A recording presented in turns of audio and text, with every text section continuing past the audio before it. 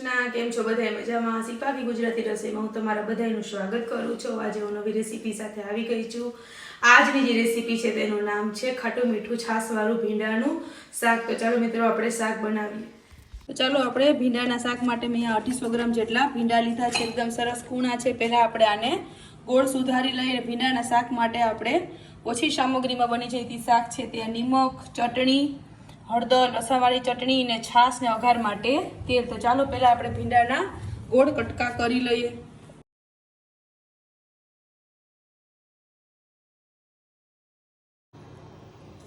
तो चालो आपणे हवे भींडा सरस सुधाराई गया छे। आपणे एवी रीतना गोળ कटका करीने शाक बनाववानुं छे। हवे आपणे गैस चालू करी दईए। एमां आपणे वघार माटे तेल एड करी दईए। भींडाનું શાક છે એટલે આપણે તેલ વધારે એડ કરીશું કારણ કે આપણે એકદમ તેલમાં સતળાઈ જાય પછી જ કરવાનું હોય, નહીતર આપણે આમાં ચીકાશ રહી જાય એટલા માટે। તેલ થઈ ગયું છે। આપણે આમાં થોડાક 4 થી 5 દાણા જેટલો જીરું નાખીશું। તમે આમાં ડુંગળી પણ એડ કરી શકો, પણ મારા બાબાને છે ને એકલું ભીંડાનું શાક ભાવે એટલે મેં ઓછી સામગ્રીમાં કરું છું। હવે આપણે આમાં ભીંડો ઉમેરી દઈએ તેલમાં। હવે આપણે આવી રીતના તેલમાં 4 થી 5 મિનિટ સુધી એકદમ સરસ ચડવા દેવાનું છે, જેથી આપણે ભીંડાનો ચીકાશ હોય એ બધો બળી જાય। પછી બધે મસાલા એડ કરવાના છે।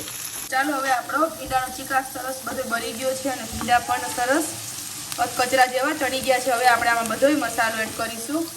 હવે આપણે આમાં સ્વાદ અનુસાર નિમક એડ કરીશું। 1 ચમચી જેટલી આપણે ચટણી એડ કરીશું। 1 ચમચી જેટલી આપણે હળદર ઉમેરીશું। આપણે લસણવાળી ચટણી છે તે આપણે છાશમાં ઘોરીને એડ કરી છે। હવે આપણે આને એકદમ સરસ મિક્સ કરી દઈશું બધા મસાલા એડ કરીને।